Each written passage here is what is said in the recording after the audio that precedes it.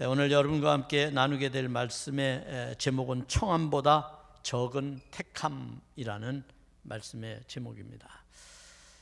지난주에는 우리가 운동회였기 때문에 말씀을 다른 곳이었습니다만 오늘 말씀을 들을 때에 지지난주에 했던 말씀을 여러분이 상기하면서 다시금 이제 예수님의 십자가의 여정 속으로 다시 우리가 좀 들어갈 필요가 있습니다.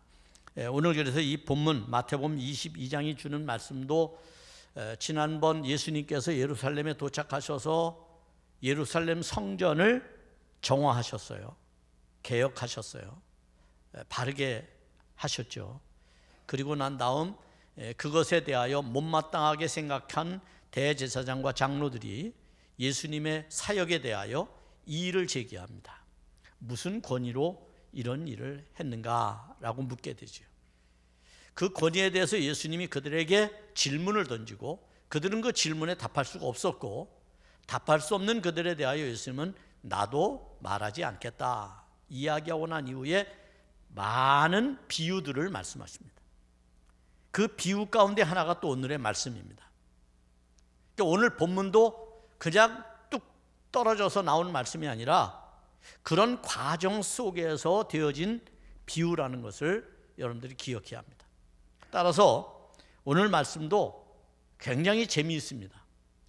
그리고 굉장한 의미를 갖고 있습니다. 그리고 우리에게 주는 충격적인 이야기도 이 속에 담겨져 있습니다. 그러니까 단지 여러분들이 이 비유를 그동안 어떻게 설교 들어왔어요? 목사님들이 이 비유를 뭐 하는데 주로 활용을 했죠? 여러분 어떻게 들어왔어요? 한번 말씀해 보세요. 이 비유를 읽으면서 언뜻 떠오른 게 여러분들이 수십 년 동안 교회를 다니시면서 이 본문만 생각하면 뭐 하라고 이 설교를 하셨다 이렇게 여러분들이 기억할 겁니다. 말씀을 안 하시니까 제가 대답을 할게요. 대부분 전도하라고 총동원 전도주일에 이 말씀이 본문으로 활용이 되어 왔어요. 근데 정말 그럴까? 물론 하나님의 말씀이라고 하는 것은 우리의 삶에 어떻게 적용하느냐라고 하는 것도 굉장히 중요하지만 그렇다고 해서 말씀이 수단화가 되어버리면 그 말씀의 진의가 왜곡되기 쉽다는 거예요. 어떤 목적을 달성하기 위한 수단으로서의 하나님의 말씀을 차용해 오는 것, 그것은 그렇게 바람직하지가 않습니다. 그러다 보니까 어떤 일이 생기느냐면 성경을 읽으면서 이런 불만들이 생기죠. 예수님은 왜 비유로 그렇게 말씀하셨을까? 이게 사실은 우리 한국교회 문제이기도 했어요. 그러다 보니 말씀을 교훈으로만 삼고 거기에서 어떤 목적을 위한 수단으로만 말씀을 가져오다 보니까 엉뚱한 사람들이 비유를 통해서 성도들을 미혹하고 유혹했던 일이 너무 많습니다. 그 대표적인 게 뭡니까? 비유풀이라고 하는 신천지의 미혹이죠. 신천지가 기존의 성도들을 다 미혹한 이유가 비유를 풀어줌으로써 미혹을 한 거예요. 우리는 그동안 이 비유가 까다롭죠. 알쏭도 이해하기 어렵죠. 그래서 원망했어요. 예수님 왜 비유로 말했는가? 그냥 단도직입적으로 말하지. 너희 이런 문제 있어. 너희 이런 죄 지었어. 너희 이런 잘못이 있어. 이렇게 말하지. 왜 빙빙 돌려서 비유로, 그것도 알아들을 수 없는 은유로 그렇게 말씀을 많이 하셨을까? 이런 의문을 우리가 가져요. 그러나 여러분, 우리가 성경을, 여러분이 가지고 있는 성경을 한번 보세요. 그 성경에 보면 말씀을 시작하기에 앞장에 보면 그 본문에 대한 요약이 나와요. 현대에 가지고 있는 성경들은 대부분 그래요. 성경만 기록되어 있는 게 없어요. 거기에 주석도 달려 있고요. 관주도 있고요. 다 있어요. 거기에 보면 기본적으로 나와 있는 게 뭐냐면 이 성경은 마태복음은 몇 년도에 쓰여졌다라고 하는 게 다 기록이 되어 있어요. 근데 우리는 이거 전혀 관심 없어요. 왜 관심 없느냐 하면 그냥 하나님의 말씀이니까 하늘에서 뚝 떨어진 거라고 생각을 해요. 그렇지 않다는 걸 우리가 먼저 알고 접근을 해야 돼요. 그렇기 때문에 여기에는 배경이 있어요. 그리고 이 말씀을 비유하신 이유가 있어요. 목적이 있고요. 그리고 그 안에서 가르침이 있어요. 그리고 그것을 어떻게 초대교회가 적용했는지에 관한 이야기까지 다 담겨져 있어요. 그러니까 이 비유가 하나가 그냥 하나로만 끝나는 게 아니에요. 여기에는 당시 시대적인, 정치적인, 역사적인 배경도 있고, 또 하나님께서 우리에게 그러한 시대에 어떤 것을 추구하라는 가치도 여기에 담겨져 있고, 그리고 그것을 읽는 독자들, 그들에게 어떻게 이 말씀이 적용되는지에 대한 초대교회의 이해도 있고, 그리고 초대교회의 문제도 여기에 담겨져 있고, 다 문제가 이 안에 담겨져 있는 거예요. 그러니까 비유가 그냥 단지 비유가 아니다, 이야기가 아니다, 이렇게 여러분들이 접근을 할 필요가 있습니다. 따라서 오늘 본문의 말씀도 분명히 여기에는 가르침이 있습니다. 어렵다고 원망하는 게 아니라, 어렵다고 무관심한 것이 아니라, 어렵지만 이해하려고 하는 것이 우리가 그리스도인으로 살아가는 의무와 같은 거예요. 그럴 때 우리는 당당한 그리스도인으로 세상에 세워질 수가 있습니다. 그래서 오늘 이 본문을 하나님의 나라, 소위 말하면 천국을 어떻게 우리가 소유할 수 있는가? 천국이라고 하는 건 그냥 이렇게 뚝 떨어지는 건가? 천국은 그냥 마음만 주면 되는 건가? 천국을 얻는데 방해거리는 없는가? 나는 그 방해자가 혹시 되고 있지는 않는가? 이런 여러 가지 이야기를 이 말씀 속에, 오늘 본문 속에서 이야기해 주고 있다는 겁니다. 특별히 천국을 뭐에 비유하죠? 오늘 본문에 보면 잔치에 비유합니다. 잔치. 잔치는 우리의 일상의 삶에서 늘 행할 수 있는 하나의 작은 사건이죠. 그리고 문화적인 요소가 담겨진 곳이에요. 잔치라고 하는 것. 그러나 잔치의 속성은 뭐예요? 그건 즐거움이죠. 기쁨이죠. 그죠? 거기엔 창조적인 역사가 일어나는 거죠. 사랑의 마음들이 서로 나눠지게 되는 거죠.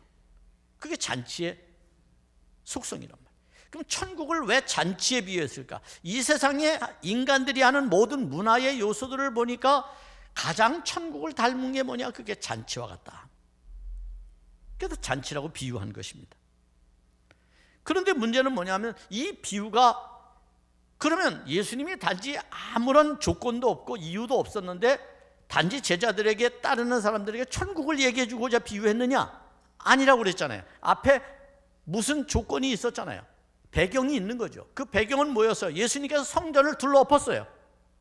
성전을 정화했어요. 그랬더니 대제사장과 장로들이 찾아와서 예수님께 따져 물었어요. 너 무슨 권위로, 요즘 말로 말하면 너 무슨 라이선스를 가지고 이런 일을 했느냐, 그런 얘기예요. 네? 누가 너에게 이런 일을 하라고 공적인 지위를 줬느냐, 그런 얘기예요. 자, 그런 일에 대해서 물을 때 예수님이 대답한 말씀이 많지만 그 중에 하나가 오늘 본문이다. 그러면 오늘 본문은 분명히 대제사장과 장로들의 권위에 대한 대답을 해주는 형식이 분명히 이 속에 있다. 이렇게 우리가 접근해 갈 수가 있습니다. 소위 유대인들의 반대, 뭐에 대한 반대? 천국에 대한 반대. 그것에 대한 종말론적 설명으로 오늘 이 잔치에 대해서 말씀해 주고 있다는 겁니다. 물론 본문은 성격이 마태복음이라는 것을 여러분 간과해서는 안 돼요. 왜냐하면 성경을 쓸 때에는 그 쓰는 공동체가 자신들의 삶과 무관하지 않게 성경을 기록하거든요. 그러니까 마태복음은 유대인들을 위해서 기록한 책이에요. 그러면 여기는 유대인들을 대상으로 이 말씀이 진행되어져 간다라고 하는 것을 우리가 먼저 이해하고 말씀을 읽어야 됩니다. 반대로 오늘 말씀하고 평행 구절인 누가복음, 이 누가복음의 이야기는 또 다릅니다. 똑같은 비유의 내용이지만 예수님이 말씀을 하셨지만 그것을 기록하는 사람들은 자신들의 삶과 무관하지 않게 기록하기 때문에 내용이 조금 차이가 있다는 것을 여러분 간과해야 돼요. 그걸 이해해야 돼요. 그건 당연한 거예요, 여러분. 그건 틀린 게 아닙니다. 그거는. 그렇기 때문에 누가복음의 이 비유와 마태복음의 비유는 조금 차이가 있습니다. 소위 누가복음은 선교적 입장에서 쓰죠. 누가라고 하는 것은 사도행전을 기록할 만큼 이방인의 선교에 대한 관심이 있잖아요. 그러니까 선교적 입장에서 예수님의 이 비유를 그가 기록을 합니다. 그러나 마태는 유대인에게 관심이 있다 그랬죠. 그러니까 유대인의 관심을 두고 이 글을 쓴단 말이에요. 그래서 오늘 본문의 말씀은 상당히 복잡하기도 하지만 재미있고 또 충격적이기도 한 이야기들이 여기에 많이 등장하게 되는 겁니다. 자, 이런 표현의 방식이 조금 다르지만 그 내용에서 우리가 알 수 있는 것은 이 유대인에 대한 예수님의 마음, 하나님의 마음은 너무 간절하다. 하나님의 사랑은 너무 간절하다. 이런 걸 느낄 수가 있어요. 하나님의 사랑. 그래서 우리는 오늘 본문에서 하나님의 마음도 읽을 수 있어요. 하나님의 마음도. 여러분 조금 전에 찬양 다 잊어버리셨죠 이제? 가사 기억나세요? 저는 앉아서 너무 가사가 제 마음에 너무 그냥 확 와닿았어요. 왜? 오늘 설교와 너무 맥이 같아요. 아까 가사에서 뭐라 했어요? 예수님에게는 사랑도 있지만 예수님에게는 눈물도 있다는 거예요. 예수님은 우리를 바라볼 때 눈물이 있어요. 오늘 본문은요, 그런 예수님의 마음을 읽을 수 있어요. 눈물이 있어요. 이 비유의 말씀에 예수님의 아주 고독이 있어요. 예수님의 뜨거운 사랑이 있어요. 근데 그 사랑만 있는 것이 아니라 예수님의 슬픔도 여기에 동시에 느낄 수 있다는 거예요. 그것이 성경을 읽는 우리들의 사실 의무와 같은 거예요. 우리는 그렇게 읽어야 돼요. 그래서 이 말씀이 깊은 여운을 우리에게 주는 겁니다. 여러분, 천국은 어떻게 해야 갈 수 있습니까? 질문이 좀 잘못될 수도 있어요. 천국은 어떻게 해야 오는 겁니까? 우리는 그동안 천국을 가는 것으로만 이해했죠. 그런데 천국은 오지 않으면 갈 수가 없다는 것을 기억해야 합니다. 여러분, 천국을 어떻게 알게 되었어요? 누구 때문에 천국을 알게 되었어요? 예? 예수님 때문에 알게 되었죠. 예수님 오셨어요? 가셨어요? 오셨죠. 예수님이 오심으로써 천국을 알게 됐죠. 그러니까 천국이 오지 않으면 천국은 갈 수 없는 것이에요. 사람들은 대개 가는 데만 목적이 있어요. 그러나 오는 것이 더 중요하다는 것을 깨달아야 합니다. 천국이 오기 때문에 그 천국을 어떻게 내가 잘 영접할까? 내 마음에 잘 모셔드릴까? 그 천국을 내가 어떻게 살까? 천국을 어떻게 내가 지킬까? 천국을 어떻게 내가 유지할까? 이게 더 중요하다는 거예요. 그것을 하다 보면 저절로 가는 천국을 가게 된다는 겁니다. 믿습니까? 이것을 확실히 믿어야 돼요. 그래야지만 오늘 이 본문이 우리 안에서 바르게 이해되고 성취될 수가 있습니다. 여러분, 예수님께서는 이 땅에 오셔서 천국에 대한 사인을, 소위 말하면 예수님 자신이 누구인지에 대한 사인을 끊임없이 사람들에게 사인을 보냈습니다. 어떻게 보냈어요? 병자를 고치기도 했고요, 아파하는 사람과 같이 했고요, 세상에서 버림받은 사람들의 편이었고요, 죽은 자를 살리기도 했고요, 굶는 사람들에게 오병이의 기적을 일으키기도 했고요, 바다를 걸어가기도 하셨고요. 그런 수많은 사인을 예수님이 보낸 거예요. 뭘 위해서 보냈어요?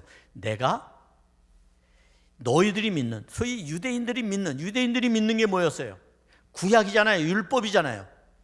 구약에서 예언된 메시아가 나다 라고 하는 것을 가르쳐 주기 위해서 사인을 계속 보낸 거예요.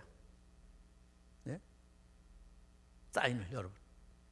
그렇지만 유대인들은 그런 사인을 그냥 흥미롭게 받아들였을 뿐, 기적을 베푸시니까 신기하다, 저분 멋지신데, 이 정도로 받아들였을 뿐 그분을 마음에 모시려고 하지는 않았어요.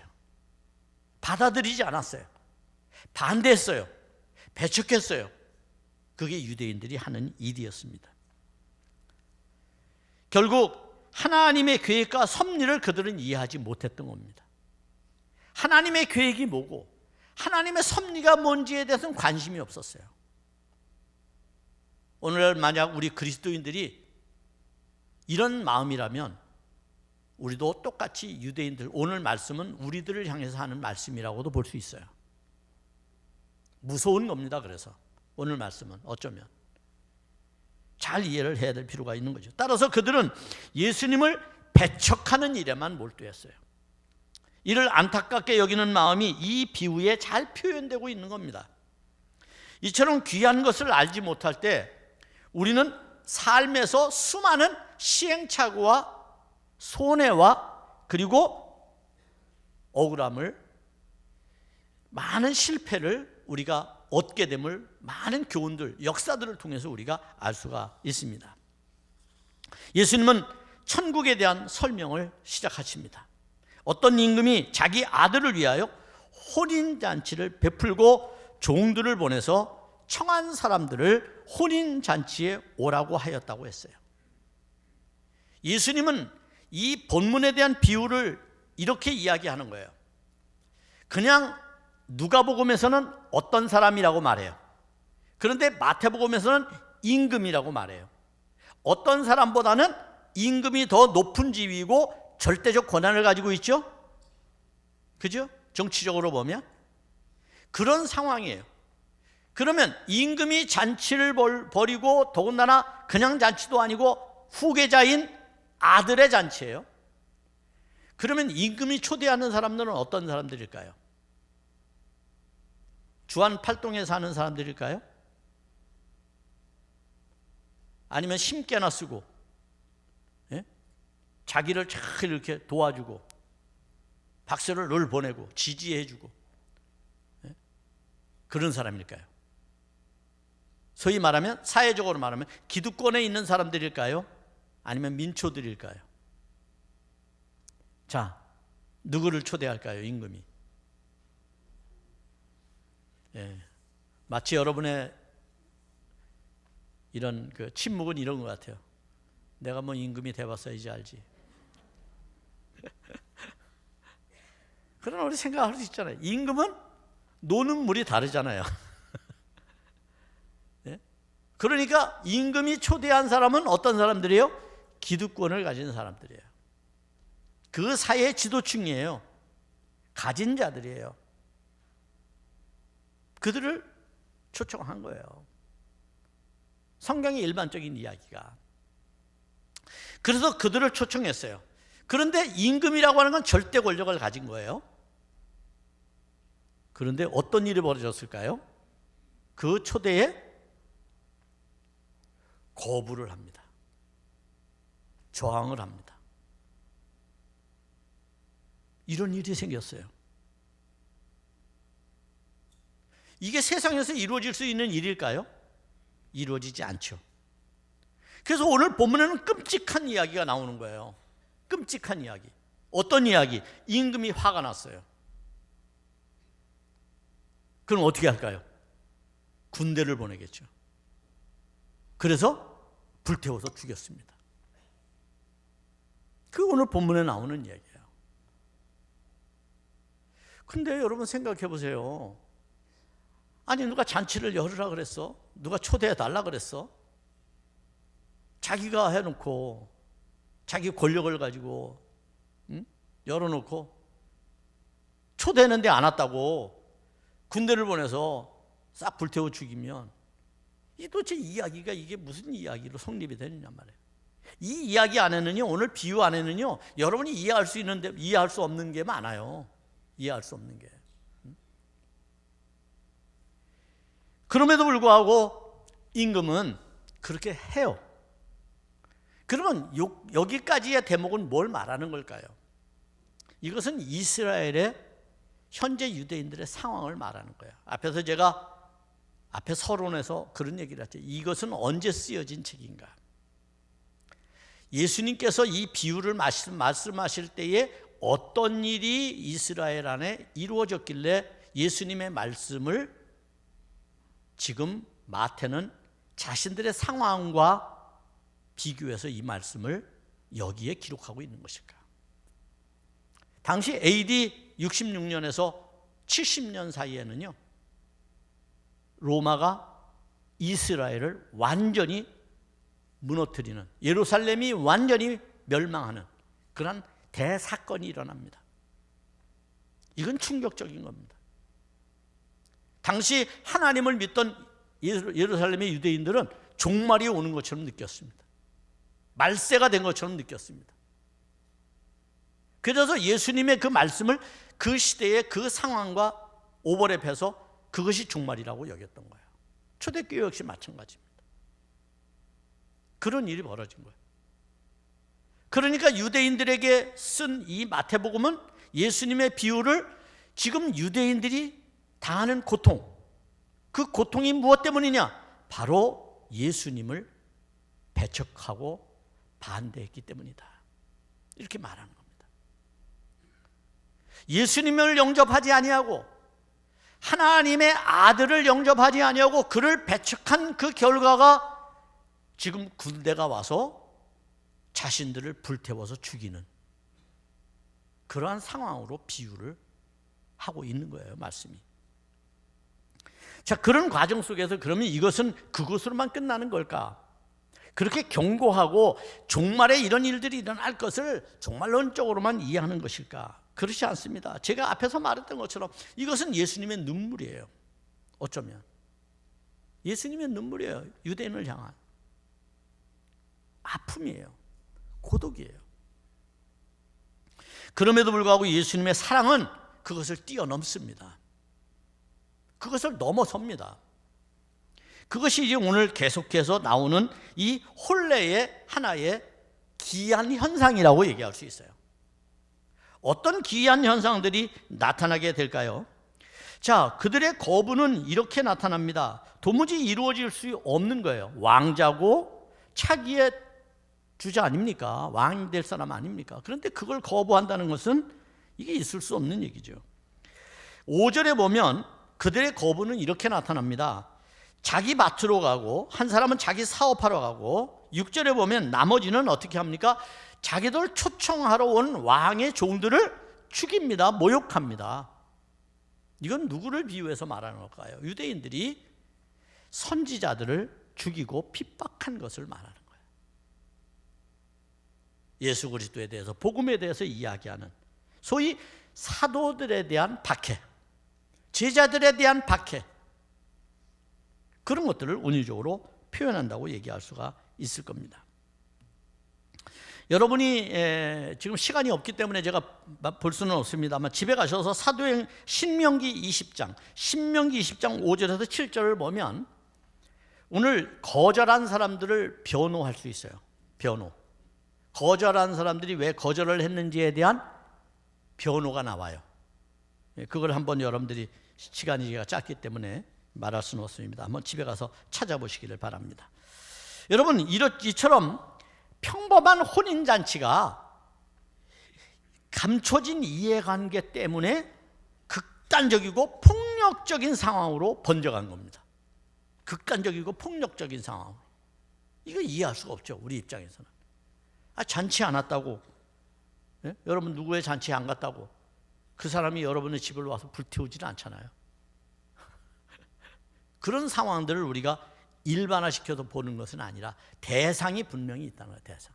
절대권자, 임금, 당시의 시대에. 여러분, 자, 왕은 어떻게 합니까? 임금은 결국 7절에서 이렇게 합니다. 임금이 노하여 군대를 보내어 그 살인한 자들을 진멸하고 그 동네를 불살라버렸다 라고 말합니다. 임금의 심판행위가 화가 된 겁니다. 이것이 앞에서 제가 말한 예루살렘이 로마에 의해서 멸망받는 그 시대, 그리고 이 성경이 기록되던 시대하고 딱 맞아떨어지게 되는 거죠. 그렇다면 이제 임금은 어떻게 할까요? 여러분, 이사야 48장 9절에 보면 이런 말씀이 있습니다. 내 이름을 위하여 내가 노하기를 더디할 것이며 내 영광을 위하여 내가 참고 너를 멸절하지 아니하리라. 예수님이, 하나님이 이렇게 말씀하셨어요. 그런데 이 말씀은 언제까지 유효한 걸까요? 여러분, 언제까지 유효한 걸까요? 한번 생각을 해보세요. 여호와의 이 약속이 유효한 것은 그들의 청함의 조건까지입니다. 초대할 때까지입니다. 초대는 누구에게든지 열려 있는 겁니다. 그런데 그것을 거절하면 결국 하나님의 섭리는 멸망이나 심판이 그들에게 다가올 수밖에 없다는 거예요. 그럼에도 불구하고 이 예수 그리스도의 슬픔은, 아픔은 그것을 초월해서 사랑으로 승화됩니다. 그래서 예수님의 천국은 창조적인 역사가 있어요. 여러분, 창조라고 하는 것은 생명을 불어넣는 것을 말합니다. 결국 하나님의 심판이라고 하는 것은 징계가 있고 거기에 하나님의 멸망이라고 하는 준엄한 심판이 있지만, 그럼에도 불구하고 거기에는 하나님의 사랑으로 구원하는 은혜가 있다는 사실을 깨닫기를 바랍니다. 따라서 혼례에 참여할 새로운 사람들을 은혜로 선택하는 일이 이 다음 장면에서 펼쳐지게 됩니다. 그래서 종들을 보내서 어떻게 합니까?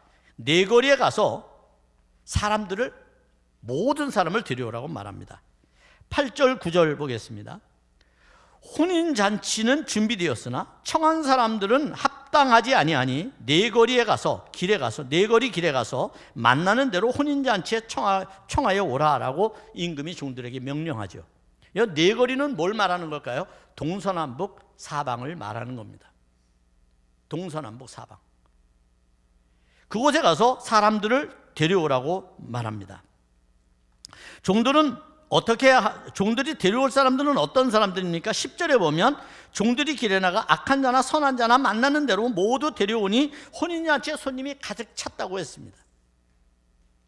하나님의 뜻 안에서 가득 찬 손님들이 만족스럽게 여겨진 거예요, 임금이. 그리고 임금은 종들의 손님이 가득 찼습니다라는 말을 듣고 그 손님을 보러 나오게 됩니다. 여기서도 우리가 상식 밖의 일이 또 벌어지게 돼요. 여러분, 악한 자나 선한 자나 다 오라고 그랬어요. 그런데 어쩌자고 온 손님 중에 한 사람을 예복을 입지 않았다고 쫓아냅니까? 이게 이해가 되지 않는 부분이죠. 그러면 이것을 이해하려면 어떤 생각을 해야 될까요? 초대교회 상황을 우리가 이해해야 된다는 거예요. 복잡합니다, 그만큼. 자, 예복을 입지 않은 한 사람이 보였어요. 임금은 화가 났어요. 12절입니다. 친구여, 어찌하여 예복을 입지 않고 여기 들어왔느냐 하니 그가 아무 말도 못했다고 그랬어요. 아무 말도 못했다. 임금은 종들에게 그를 묶어서 밖에다 내던지라고 말합니다. 13절입니다. 임금이 사환들에게 말하되 그 손발을 묶어 바깥 어두운 데에 내던지라. 거기서 슬피 울며 이를 갈게 되리라. 천국에서 쫓겨난 자들이 슬피 울며 이를 갈게 될 것을 말하는 거죠. 그러면 지금 예수님께서 말씀하시는 1차적 천국은 무엇일까요? 그것이 바로 예수 그리스도의 복음을 담고 있는 성도들이 모인 교회라고 말하고 있는 겁니다. 교회. 그래서 가득 찼습니다. 문제는 그들이 악한 자나 선한 자나 교회는 다 올 수 있어요. 다 올 수 있어요. 문제는 예복을 입지 않았다는 데 문제가 있습니다. 여기 하나님의 심판이 얼마나 엄중하냐 하면 베드로전서 3장 20절에 보면 이렇게 말씀합니다. 그들은 전에 노아의 날 방주를 준비할 동안 하나님이 오래 참고 기다리실 때에 복종하지 아니하던 자들이라. 방주에서 물로 말미암아 구원을 얻은 자가 몇 명뿐이니 곧 겨우 8명이라. 그렇게 말씀했어요. 여러분, 주여 주여 한다고 다 천국 갑니까? 성경은 분명히 말씀하죠. 주여 주여 하고 아무리 이야기해도 아버지의 뜻대로 행하지 않는 자는 천국에 갈 수가 없어요. 여기에 아버지의 뜻이 뭘까요? 그게 바로 오늘 본문에 나오는 예복이라는 겁니다. 그럼 예복을 우리가 이해해야 되겠죠. 1세기에 이 비유의 예복은 뭘까요? 예복은 잔치집에 참여하는 사람들이 입는 옷입니다. 문제는 그 옷을 스스로 준비하지 않는다는 데 있습니다. 스스로 준비하지 않는다는 데 있습니다. 1세기에 임금의 잔치에는 임금이 초대한 사람들의 예복을 준비해 주었습니다. 그런데 이 한 사람은 임금이 주는 예복을 입지 않았다는 겁니다. 거절했다는 겁니다. 좀 더 깊이 이야기를 하면 교회 안에 누구든지 올 수 있습니다. 오면 그동안 내가 악한 자든 선한 자든 하나님 앞에 왔을 때 하나님께서 입혀주시는 하나님의 뜻, 하나님의 섭리, 그 뜻대로 우리의 삶을 바꾸고 고쳐야 합니다. 그게 옷을 입는 겁니다. 그런데 그것을 안 입고 여전히 내 고집대로, 내 생각대로, 내 방법대로, 내가 살아온 대로, 그동안 한 대로 내가 하겠다고 고집을 부린다면, 우리가 지난번 몇 주 전에 여러분 교회 어떤 그 권징의 문제에 대해서 설교를 나눴죠. 권징. 잘못한 사람이 있을 때 당사자가 권면해라. 안 되면 교회 대표들이 가서 얘기를 하라. 그것도 안 되면 이방인처럼 취급해라. 내쫓는다는 말이에요. 결국 그런 것처럼 이 본문의 이야기도 그런 말씀의 이야기로 비유되고 있는 거예요. 당시 지금 이 비유의 이야기가 유대인들에게 하는 이야기예요. 그들은 예수를 거부해서 하나님 앞에 오는 것을 거절했어요. 그러나 초대교회에 그들만 있는 것은 아니에요. 수많은 유대교인이 기독교로 개종을 해서 교회 안에 오신 분들이 있어요. 그래서 우리가 성경의 역사를 보면 교회 안에 초대교회 다툼이 많았어요. 갈등이 많았어요. 이단도 많았고요. 어려움도 많았어요. 그러면 이것을 어떻게 치료할 거냐? 교회라고 해서 여러분 막 해도 되는 것인가? 아니에요. 교회도 규칙이 있어요. 교회도 법이 있어요. 여기에도 하나의 원리가 있다는 거예요. 그럼 거기에 따라가는 것이 우리가 해야 될 일이라는 거예요. 근데 그걸 따라가지 않아요. 그러면 어떻게 할까요? 어떻게 할까요? 그게 이제 이 말씀을 읽으면서 이 복장에 대한 문제들을 현실적으로 우리의 삶에 적용할 수 있는 아주 중요한 요소라는 것을 알게 됩니다. 결국 예복은 우리의 도덕성을 말하는 게 아니라 그리스도의 의로 덧입는 믿음을 말하는 거예요. 그리스도의 의의 복장을 입지 않으면 안 되잖아요. 계시록 19장 7절에 보면 이런 말씀이 있습니다. 이게 굉장히 중요한 말씀이에요. 어린 양의 혼인 기약이 이르렀고 그의 아내가 자신을 준비하였으므로 그에게 빛나고 깨끗한 세마포 옷을 입도록 허락하였으니 이 세마포 옷은 성도들의 옳은 행실이로다. 아멘. 우리가 하나님 앞에 와서 성도로서의 옳은 행실, 하나님의 말씀이 우리에게 가르쳐주는 것, 교회가 정한 규칙과 그리고 공적인 일을 위한 우리의 올바른 태도, 이런 모든 것들이 다 하나님 앞에서 세마포 옷, 신부가 준비한 세마포 옷, 그 옷이 우리에게 필요하다는 거예요. 그것을 입을 필요가 있다는 겁니다. 따라서 본문은 하나님의 구원에 대해서 이렇게 설명하고 있는 겁니다. 마지막 14절입니다. 청함을 받은 자는 많되 택함을 입은 자는 적으니라. 청하기는 많이 청했어요. 그런데 그 중에 택 택함을 입는 자는 적을 수밖에 없어요. 여러분은 어떤 존재입니까? 청함만 받았습니까? 아니면 택함을 입었습니까? 구원을 위한 택함을 입을 수 있는 여러분 되기를 바랍니다. 그것이 우리에게 필요합니다. 구원의 참된 의를 얻기 위해서 믿음이 우리에게 온전한 믿음으로 준비되어져 있어야 합니다. 그 믿음을 가지고 우리는 교회를 섬기고 이웃을 섬기고 주님을 섬기는 일을 해야 하는 겁니다. 그런 참된 믿음의 역사가 우리 안에 이루어지게 될 때에 이 잔치는 그야말로 즐거움과 기쁨과 모두를 행복하게 하는 아름다운 잔치, 천국의 잔치, 구원의 잔치가 될 줄로 믿습니다.